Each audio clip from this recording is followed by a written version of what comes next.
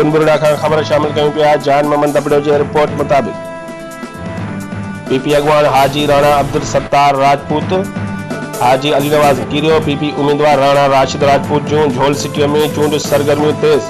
मलक बिरादरीअ जे अगवान मोहम्मद अशरफ मलक आशिक अली मलक ऐं मलक बिरादरीअ सां लाॻापियल माण्हुनि पारां राणा अब्दुल सत्तार राजपूत ऐं ॿियनि पीपी अगवाननि जा मान में आजाणे दौरान मलक आशिक ऐं ॿियनि फंक्शनल लीग खे अलविदा चई पीपीए में शमूलियत करे छॾी। आजियाणे में पीपीए जे सूबाई अगवान हाजी राणा अब्दुल सत्तार राजपूत, कीरिया बिरादरी जे मौजूद शख्सियत हाजी अली नवाज कीरियो, पीपी उम्मीदवार राणा राशिद अली राजपूत, सेठ अजमत पठान ऐं ॿियनि आशिक मलक मोहम्मद अशरफ मलक ऐं ॿियनि बिरादरी जे माण्हुनि खे पीपीए में शामिल थियण ते खेनि भलीकार चई